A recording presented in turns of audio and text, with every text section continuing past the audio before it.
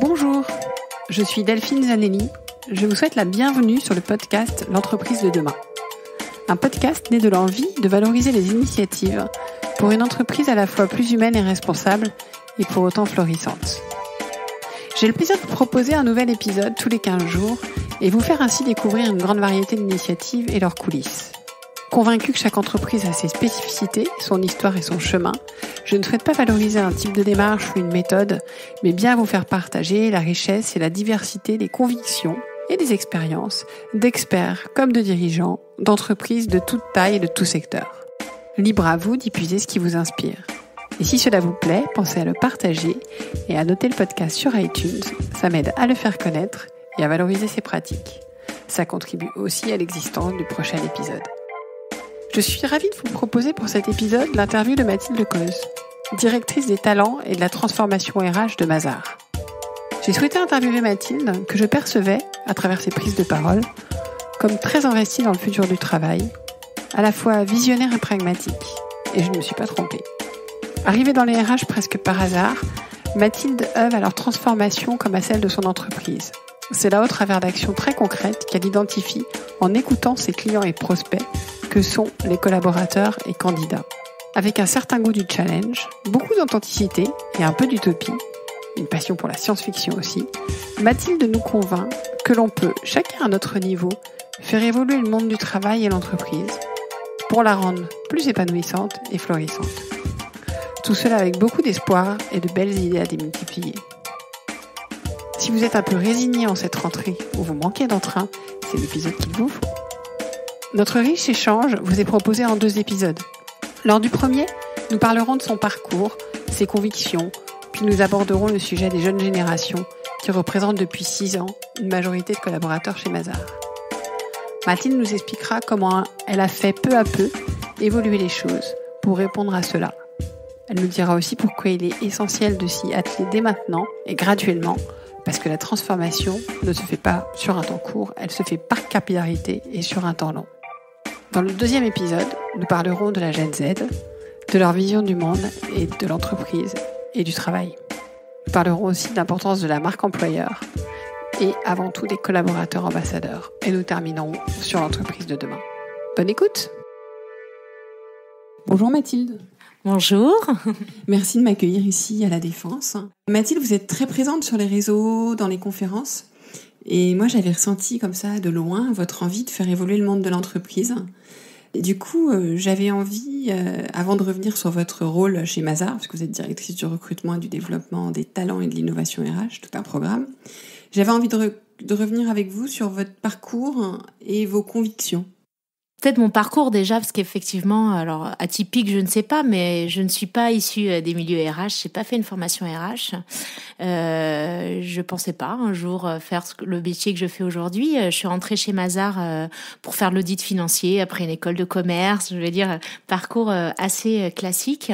Et j'ai déjà rencontré une entreprise que j'aime beaucoup, que j'affectionne, et il se trouve que c'est un peu, par hasard, je sais pas si c'est par hasard, mais voilà, qu'on m'a proposé un jour après 5 ans d'audit d'évoluer vers les ressources humaines. Il y a un poste qui se créait et j'y ai vu une belle opportunité pour moi, puisqu'en fait je me rendais compte déjà dans mon métier d'auditrice que ce que j'aimais beaucoup, c'était d'abord le contact avec les gens, le contact avec mes clients, avec les équipes, avec mes pairs, et j'avais envie de m'investir dans l'entreprise qui m'apportait beaucoup de satisfaction personnelle et de le rendre. Et c'est vrai que j'avais toujours perçu les ressources humaines comme un métier au service d'eux. Donc je suis venue en ressources humaines pour m'occuper des gens. C'était ma façon que je voyais des ressources humaines. Et donc ça s'est fait un petit peu naturellement. Alors à l'époque, je faisais pas ce que je fais aujourd'hui, mais voilà, c'était ma conviction première. C'était déjà aller vers les ressources humaines, c'est s'occuper des gens. Après, pour être très honnête, c'est pas le métier que j'ai retrouvé. C'est-à-dire que j'ai eu un temps d'adaptation. J'ai découvert aussi le métier des RH qui fait peur. du jour au lendemain, on voulait plus s'asseoir à côté de moi à la cantine en disant attention, les RH arrivent. Et j'ai aussi découvert un métier qui était pas populaire du tout. C'est-à-dire que moi, toute fière, de dire je fais des ressources humaines, je m'occupe des gens autour de moi, dans mon cercle privé, on me disait oh là là, les RH, ah bah moi, dans mon entreprise, les RH, ils savent pas ce que je fais, ils me connaissent pas, ils servent à rien. Enfin, et c'est vrai que je me suis dit mais c'est fou. Moi, j'adore mon métier et il est perçu si négativement par les gens, par les Français peut-être au sens large. Je me suis dit faut faire quelque chose. En tous les cas, j'avais pas envie, je me retrouvais pas du tout dans l'image que les RH renvoyaient. Après, force est de constater qu'au début, j'ai quand même trouvé un métier très processé. Alors qui protège l'entreprise. Hein. C'est vrai que les ressources humaines, le DRH a pour responsabilité aussi de protéger l'intérêt de l'entreprise, mais qui perdait un peu parfois ce sens du service. Je me suis beaucoup questionnée et pour être très honnête, je me suis posé sérieusement la question de partir en me disant bon voilà, j'ai trouvé ça très sympa, mais il me manquait un peu ma quête de sens à moi. Je me voyais bien que le matin, et je savais pas trop ce que je voulais faire, mais que j'étais pas totalement épanouie. Et assez classiquement, je me suis dit je vais aller trouver ça ailleurs. J'ai voulu donc partir de l'entreprise. Tout ça, je le raconte a posteriori. En ce moment, j'ai pas eu cette prise de conscience-là, mais je pense que chez moi, ça a eu un déclic. Le fait de me dire, je suis prête à partir, j'ai un peu lâché prise. Et je pense que c'est malheureusement ce que vivent beaucoup de gens en entreprise, c'est ce masque qu'on se met et en fait, on n'ose pas se révéler. On pense d'abord à bien faire ce qu'on attend de nous ou ce qu'on pense qu'on attend de nous. Et moi, du coup, le fait de vouloir partir chez moi a fait un déclic et je pense que j'ai lâché prise et j'ai arrêté de travailler pour être bien vue, pour faire plaisir aux autres. Et en fait, j'ai lâché prise et je me suis fait d'abord plaisir en me disant de toute façon, je suis bientôt partie, donc pour les quelques mois qui restent, fais-toi plaisir. Et en fait, ça, je pense que c'est à partir de ce moment-là que j'ai trouvé vraiment ma place et ma voie. Moi, je pense que je me suis honnêtement, à titre personnel, révélée. J'ai osé faire plein de choses, prendre des risques et j'ai osé aussi mettre sur la table la façon dont je voyais moi les RH, qui est vraiment un service au service des autres. J'estime qu'aujourd'hui, en tant que RH, j'ai des clients internes, j'ai des prospects, les candidats, et je me sens, alors c'est en toute humilité, mais remplie d'une mission qui est de mettre tout en œuvre pour permettre à l'organisation, mais l'entreprise, mais c'est pas les patrons ou les dirigeants, c'est l'ensemble du collectif plus loin. Et ma quête de sens à moi, c'est de faire en sorte que, en faisant en sorte que chaque individu se sente mieux au quotidien dans l'entreprise, il va être plus performant, donc l'organisation va être plus performante.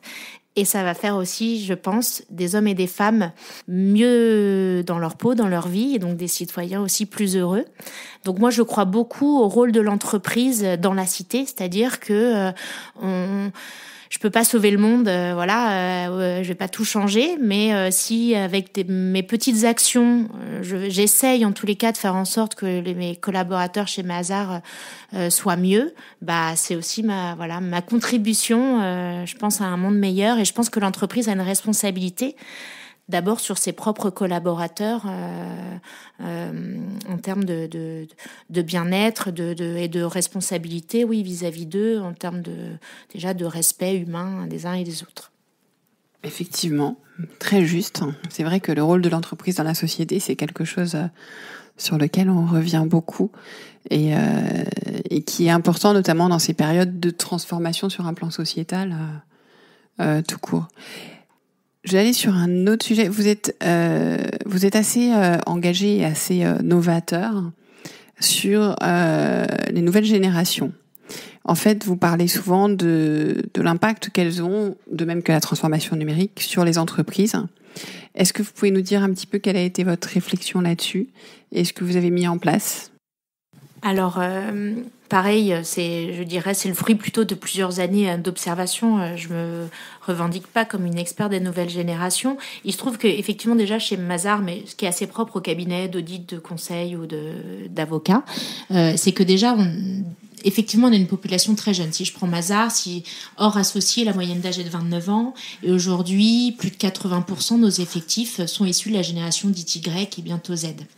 Et je dirais, ça fait 6 ans qu'on a vraiment eu un bouleversement, puisque je dirais, ça fait 6 ans que ces jeunes générations, enfin, ce qu'on dit de ces jeunes générations, ont représenté une majorité de collaborateurs chez nous. Et je dirais, ça a été bouleversant parce que, bien, je dis pas que leurs attentes sont totalement différentes, qui n'est pas en attente de quête de sens, de bien-être, de confiance en soi, d'estime de soi, mais en tout cas, ils ont un rapport décomplexé pour mettre sur la table leurs attentes. Les générations précédentes étaient beaucoup plus dans le compromis, mais elles ont aussi défriché un certain nombre de sujets. Déjà des femmes qui travaillent, qui ont dû choisir entre vie familiale ou vie professionnelle, par exemple.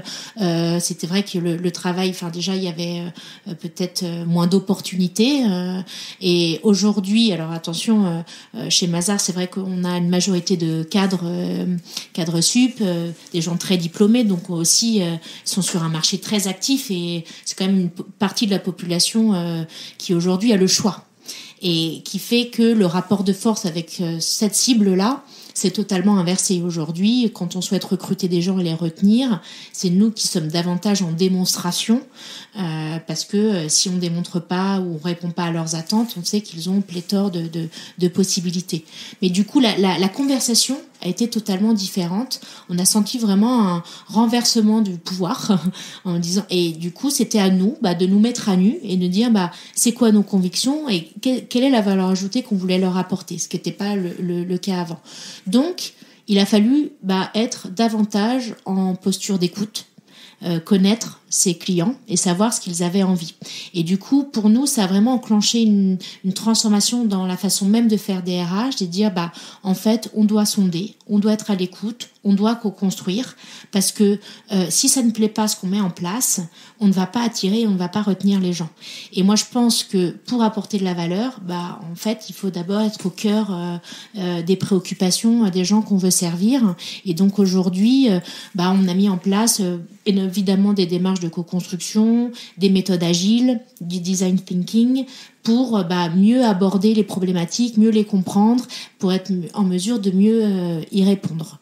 Après, effectivement, faut faire attention aussi sur les nouvelles générations. Les nouvelles générations, alors si on stigmatise la génération Y et Z, se sont pas réveillées un jour en disant ils comprennent mieux que leurs aînés. C'est seulement que chaque génération est le fruit d'une époque. Et je pense qu'effectivement, l'époque, et je dirais la digitalisation, la transformation de la société, de l'impact du digital, fait qu'aujourd'hui, les jeunes générations ont des usages et des comportements très différents des générations précédentes et s'attendent à retrouver dans l'entreprise un certain nombre de codes qu'ils peuvent voir dans leur vie personnelle ou au quotidien en tant que consommateur, en tant que citoyen. Et je pense que malheureusement, les entreprises se sont pas encore totalement transformées. C'est-à-dire qu'on a bien conscience que nos métiers se transforment, certainement le rapport à nos clients.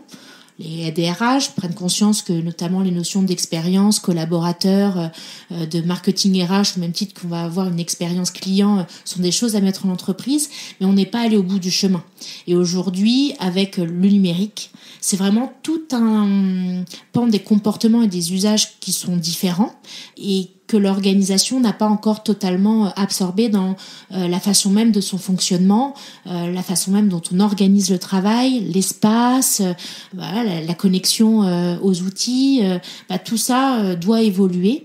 Et je dirais que ces jeunes générations, elles viennent un peu nous bouleverser parce que si on répond pas immédiatement à leurs attentes, il n'y a pas de négociation possible. Et je dirais, c'est intéressant parce que nous, ça nous a poussé. Alors, on est novateur, mais on a été obligé, en fait. Et je pense qu'on a connu juste en avance de phase ce que peut-être d'autres entreprises commencent maintenant à connaître ou vont majoritairement connaître dans les années à venir, tout simplement parce que ce rapport jeune génération n'avait pas encore impacté la majorité de leurs équipes.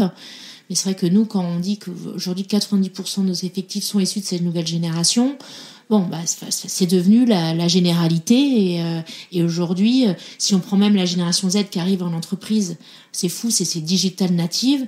Eux, ils sont nés avec le numérique, mais leur façon de penser, leur façon de se comporter est totalement différente des générations qui ont connu le basculement. Et donc, ils comprennent pas pourquoi tout ce qu'ils ont l'habitude de connaître, de toucher du doigt dans leur quotidien, ne marche plus en entreprise. Un exemple bête, c'est aujourd'hui, dans la vie quotidienne, on est tous très connectés, outillés d'outils très performants en termes déjà de smartphone, pour ne parler que ça.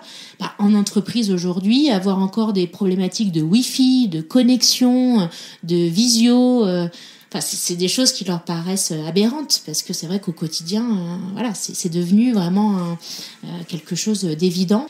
Ces jeunes générations, ça nous aide à accélérer nos transformations, en fait, qui doit arriver. Mais c'est vrai que les entreprises sont un peu longues, mais ce qui est normal, plus on est important, plus on est grand, plus la transformation, on le sait, est compliquée.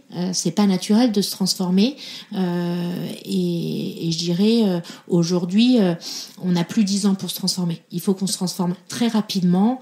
Et voilà. Et du coup, ces jeunes générations nous ont poussé un peu dans nos retranchements pour qu'on y aille franchement. Effectivement, vous avez une structure très jeune et donc forcément des générations plus représentées. Après, la conversation, je pense qu'elle a changé pour tout le monde. Parce que même sur des industries avec des populations qui ne sont pas cadres, elles ont le choix. Et en fait, elles sont difficiles aussi à recruter. Par contre, c'est vrai qu'il y a moins la problématique massive de la génération. Je voulais revenir sur 2 choses. La première, c'est vous transformer pourquoi vers quoi ?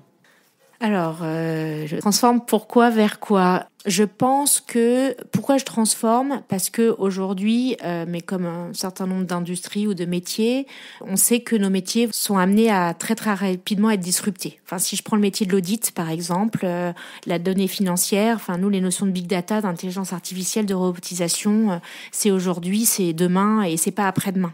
Et je me rends compte que la transformation, c'est très compliqué parce que déjà derrière la transformation, c'est des hommes et des femmes et que humainement, c'est pas naturel chez l'homme et la femme de se remettre en cause, d'apprendre à désapprendre et de changer ses habitudes. Et on se rend compte que les entreprises qui arrivent à se transformer, c'est d'abord des organisations innovantes. C'est pas tout ne porte pas sur une personne ou 2 qui ont eu une idée magique. C'est d'abord que l'organisation, la fonction de la manière de manager, la manière d'organiser le travail, la manière de libérer la parole, de communiquer, sont des manières innovantes. Et donc, je transforme d'abord l'organisation. Pourquoi ? Pour supporter l'innovation de nos métiers et de faire perdurer notre organisation, tout simplement, et donc de maintenir notre activité, nos postes, nos collaborateurs, voilà. Vers quoi ? Vers justement une organisation moderne. Alors, même moi, j'ai du mal à tout imaginer et à tout définir, mais je sais juste qu'aujourd'hui, on a encore des modèles d'organisation qui est plutôt un héritage du modèle post-industriel, des modèles managériaux qui sont beaucoup encore dans la délégation, dans le contrôle. Et aujourd'hui, on est beaucoup plus en communauté, en réseau. On reflète pas le monde. L'organisation de l'entreprise, je trouve, est encore un peu traditionnelle par rapport à la transformation du monde et notamment due au numérique. Et donc, je sais pas vers quoi je vais, si ce n'est que continuellement me moderniser, essayer de refléter la vie, le monde dans lequel on vit, tout simplement. Et c'est même pas être innovant, c'est être moderne. Aujourd'hui, le télétravail, c'est la modernité. Le fait de pouvoir travailler d'où je veux, c'est la modernité. Le fait de pouvoir d'être davantage dans des structures horizontales et non pas verticales, c'est la modernité. C'est aujourd'hui comme ça que les réseaux, les hommes et les femmes interagissent au quotidien. Et on voit bien que tous ces changements d'entreprise, on va les retrouver en politique, on va les retrouver dans l'actualité. C'est le monde qui se transforme. Donc voilà. Donc j'essaye surtout de coller à cette modernité-là, avec, si possible, effectivement un temps d'avance, parce que l'idée c'est de ne pas seulement se mettre à niveau, mais de commencer à bâtir le futur. Et donc j'ai pas une vision sur tout, mais je sais que en tous les cas, ça doit être beaucoup plus moderne que ça ne l'est aujourd'hui. Effectivement, et l'analogie avec l'évolution du monde est tout à fait pertinente. Et je pense permet de comprendre bien les choses. Merci. Qu'est-ce que vous mettez en place ? Vous pouvez nous donner des exemples de choses que vous avez mis en place pour à la fois innover par rapport à ces nouvelles générations, mais aussi par rapport au marché et par rapport à la transformation que vous dites qu'elles accélèrent ? Alors tellement de choses, c'est tout qu'il faut transformer. J'en parlais d'abord. Il y a la façon de faire des RH, je l'ai déjà rapidement, mais je pense que pour innover, moi je crois beaucoup à l'intelligence collective, aux idées de chacun, des horizons différents. Donc c'est la façon même déjà d'orchestrer les projets, qui est beaucoup plus avec de méthodes agiles, du design thinking. Je vois beaucoup les RH aussi comme une direction marketing, mais de marketing au sens professionnel du terme. Souvent, on voit marketing, le côté paillettes, non, mais le métier sérieux qui est d'analyser une cible, des besoins, de mettre en place des programmes, de mesurer tout ce qu'on fait avec des KPI pour savoir que ça fonctionne. C'est déjà une démarche très, très particulière. Après, en termes d'innovation, 2 innovations majeures. Il y a la première qui va être l'environnement de travail. Donc, je parlais de télétravail, repenser les bureaux. Moi, je pense qu'aujourd'hui, le bureau individuel est une hérésie, dans le sens où si on vient au bureau pour se retrouver tout seul et produire seul, on peut produire d'ailleurs aujourd'hui. En tous les cas, si je prends l'exemple de Mazars dans le métier de prestation intellectuelle. Donc, si je viens au bureau, c'est pour interagir, c'est pour créer, c'est pour innover. Donc, en fait, je vais pas faire des bureaux individuels, je vais faire des salles de brainstorming, un lab innovation, des salles de co-création, davantage d'espaces de partage, par exemple. Je peux aussi travailler dans des espaces de coworking. C'est aussi avoir des outils digitaux. Aujourd'hui, communiquer avec nos collaborateurs, on fait des podcasts internes, des vidéos, des lives où notre Comex va pouvoir directement parler, échanger et co-construire avec nos collaborateurs, par exemple. Donc la façon d'animer la vie est très différente.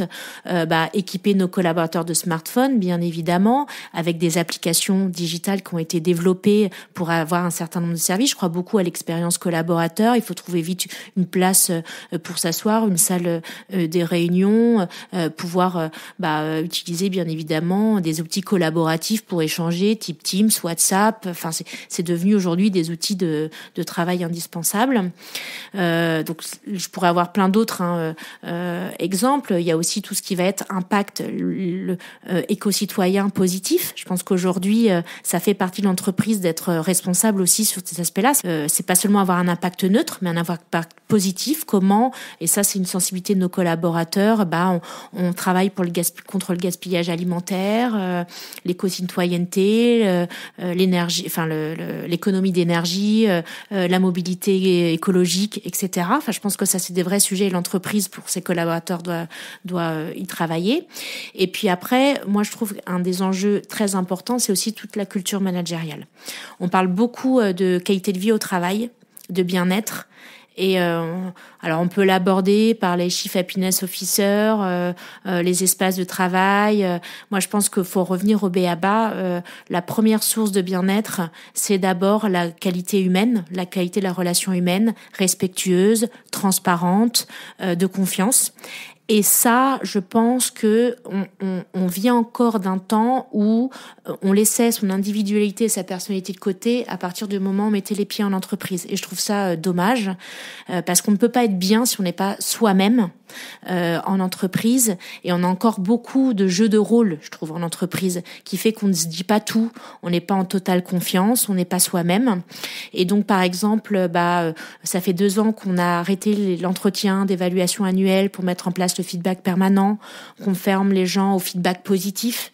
Je pense qu'on a un vrai problème en France, c'est qu'on est très pudique avec nos émotions et donc on a beaucoup de mal à exprimer des feedbacks positifs. Il faut savoir qu'en plus dans les métiers du contrôle, comme l'audit financier, le métier, ça exacerbe ce côté où on a tendance à vouloir pointer du doigt ce qui va pas. Déjà, on va dire le français quand même est souvent perçu comme assez critique. Notre métier ne renforce plutôt ce trait-là. Donc nous, à contrario, on doit vraiment travailler sur le feedback positif, parce que je suis convaincue que d'abord, chaque homme et chaque femme dans le travail va venir rechercher une confiance en soi. C'est-à-dire que je pense que alors il n'y a pas que par le travail, mais que le travail contribue à l'estime de soi, à construire un estime de soi. Je pense que chaque individu a besoin de se savoir à sa place, qu'il contribue à quelque chose qu'il dépasse, et a besoin de sentir apprécié de ses collègues, que ce qu'il fait apporte de la valeur. Et souvent d'ailleurs, on parle des nouvelles générations autour de la quête de sens. Moi, je pense que toute personne, toute génération confondue, cherche sa quête de sens, et souvent derrière la quête de sens, il y a d'abord, est-ce que je suis utile aux autres? Est-ce que ce que je fais a du sens? Et ça, en entreprise, le feedback positif, par exemple, je pense, contribue à prendre conscience aux gens de ce qu'ils font est utile aux autres, et du coup, ça contribue à une meilleure confiance en soi, une meilleure estime. Et donc ça, je suis convaincue, est source de bien-être et du coup d'engagement aussi pour l'entreprise. C'est très juste, c'est le feedback positif qui va au-delà de bravo, mais qui explique pour renforcer ce qu'on a bien fait, parce que je rencontre beaucoup de managers qui me disent mais j'en fais, mais en fait ils disent juste merci, bravo. Et en fait les gens ne savent pas vraiment pourquoi. Et donc prendre le temps de dire merci parce que quand tu fais ça, ça fait ça. Et ça reconnecte à l'utilité, c'est vrai que c'est assez fort. Bon, vous avez bien fait de vous révéler, parce que vous faites plein de choses super. Donc je pense que mes impressions extérieures sont tout à fait véridiques. Vous disiez aussi que la transformation de l'organisation, elle ne peut se faire que si on embarque un certain nombre de collaborateurs. Donc, 2 choses qui m'intéressent dans ce que vous avez dit. Vous avez dit déjà le fait que ça doit embarquer les collaborateurs, et vous avez dit certain nombre. Ça ne veut pas dire tout le monde nécessairement. On peut y revenir ? Effectivement, le changement, par définition, c'est difficile. Se remettre en cause, apprendre à désapprendre, déconstruire tous les modèles. Enfin, je pense qu'on n'est pas conçu naturellement pour cela. Et quand c'est forcé, on n'arrive jamais à embarquer quelqu'un qui se sent forcé. Donc, l'adhésion naturelle, pour moi, est un facteur un facteur clé de succès très important dans la transformation. Et donc, pour faire adhérer les gens et les embarquer, c'est important de les embarquer en amont. C'est pour ça que je parle beaucoup de co-construction. Imposer une idée à des gens, ça n'a jamais, je le constate que ça n'a jamais fonctionné. Et il va y avoir plutôt un mécanisme de défense qui va faire que, même si l'idée est bonne, les gens vont par définition naturellement dire non, je suis contre. Alors que si on les embarque dès le début je pense que faut arrêter d'infantiliser les gens. On est capable de comprendre qu'il y a des contraintes business, même dans une entreprise, on peut pas tout faire, mais dès lors qu'on explique et qu'on pose sur la table, voilà, j'ai un problème, je dois aller vers ça, j'ai des contraintes, qu'on est très transparent, je pense que tout le monde peut se révéler, tout le monde peut le comprendre, et du coup collectivement dire ok, on va faire des compromis, on va aller dans cette direction, et dans ce cas-là, c'est plus facile à adhérer, les gens ne subissent pas et se sentent responsabilisés en fait, et donc du coup nous suivent. Néanmoins, on va pas embarquer tout le monde. Alors oui, il y a des gens qui adorent ça. Déjà, par définition, il faut savoir identifier les gens qui aiment ça, qui sont challengés par le changement, qui adorent remettre en cause l'ordre établi. Bon, je pense que j'en fais partie. Je n'ai pas toujours été. Je pense que ça nécessite aussi une confiance en soi. C'est pour ça que, en travaillant sur l'estime, la confiance en soi des collaborateurs, ils ont moins peur d'eux-mêmes, moins peur des autres, et donc ils sont prêts à aller dans cette démarche-là. Mais voilà, on a des gens qui vont naturellement s'amuser. On va avoir des personnes qui sont plutôt à l'aise pour suivre. Ils vont pas initier le changement, mais une fois qu'on a montré la route, on va dire, on va réussir à les embarquer. Et puis après, on a des gens qui sont plus mal à l'aise avec le changement. Faut le respecter. Faut pas vouloir les embarquer coûte que coûte, parce qu'on ne va faire que accentuer ce côté réfractaire. Et puis on va s'épuiser, parce que des gens qui n'ont pas envie, on n'y arrivera pas, et du coup ça peut aussi casser la dynamique de changement, parce que dans le changement faut être optimiste, faut être positif, faut y croire, faut être un petit peu, je pense, utopiste et rêveur, et c'est vrai que si on se bute à vouloir embarquer des gens qui n'ont pas envie, ça peut aussi créer de la frustration et du coup casser cette énergie. Donc il faut surtout pas juger. Faut pas identifier les gens, toi t'as envie, t'as pas envie. allons-y avec les gens qui ont envie. Et je pense que moi, je crois beaucoup à la capillarité. Enfin, c'est-à-dire que voilà, on commence avec certains qui ont envie, ça se passe bien, ça va rayonner, ça va redonner, ça va être positif, ça va donner, et des gens vont s'y voir, et par miroir, ça va donner envie. Et petit à petit, on va arriver comme ça, on va arriver à transformer l'organisation. Moi, l'organisation du tout au rien en un jour, je pense que c'est très violent, c'est très brutal, et souvent ça marche pas. Moi, je préfère les temps longs. Je pense que le temps de l'homme est un temps long, en fait, et c'est ce qui est compliqué souvent, parce que souvent on va dire les décisions business ou les changements métiers sont sur des temps courts, et on oublie que l'homme est plutôt sur un temps long, et qu'il faut laisser le temps aux gens de mûrir le changement, d'avoir envie, d'observer. Il faut un peu cette patience-là. Donc moi, je préfère me satisfaire des techniques de petits pas. Je prenais l'exemple du feedback permanent qu'on a mis en place. J'ai conscience que pour changer une culture managériale, ça me prendra des années. Et donc, c'est pas grave si en 6 mois, tout le monde n'est pas dans le feedback permanent. Si j'avais voulu que ce soit tout le monde, j'aurais dû le rendre obligatoire. C'était contre-productif, c'était pas fait avec les bonnes valeurs derrière, la bonne conviction Donc, je préfère laisser le temps aux gens, d'abord ceux qui ont envie, mettre en lumière ceux qui ont bien fait, qui ont envie, démontrer que ça a créé du positif, et ça va tirer tout le monde vers le haut petit à petit. C'est plus long, mais je pense qu'on a une meilleure adhésion parce que les gens sont plus convaincus et il y a moins de casse. Parce que obliger des gens à bouger, à se transformer alors qu'ils n'ont pas envie, je pense que, à contrario, ça peut être aussi très destructeur. Et là, on va détruire de la confiance en soi et de l'estime. Et on va vraiment créer du mal-être. Donc voilà. Donc je pense qu'il faut être patient, ce qui est pas toujours évident à concilier. On est d'accord avec les enjeux business. C'est amusant parce que vous prêchez une convaincue, mais j'en parlais ce matin avec Luc Breton, qui est EVP chez Orange, s'occupe de l'innovation, et avec qui on disait finalement, plus le monde s'accélérait, il fallait prendre le temps pour faire les choses en face, et qu'il disait notamment qu'il y a beaucoup d'entreprises qui sortaient de bourse parce qu'elles ne voulaient plus avoir la pression des indicateurs financiers pour avoir le temps. Mathieu Becher, que je dois interviewer prochainement aussi de Klaxoon, expliquait qu'il a attendu 7 ans avant de lever des fonds parce qu'il voulait le temps de développer les choses. Et je pense que ça, c'est quelque chose qu'on voit arriver de plus en plus, qui me paraît très important. Merci pour votre écoute. Cela vous a plu ? N'hésitez pas à me le dire et le partager. À noter l'épisode également. Quelques étoiles sur iTunes, 5 pourquoi pas, me permettront de faire connaître ces initiatives et m'encouragent à poursuivre ces partages. À très bientôt.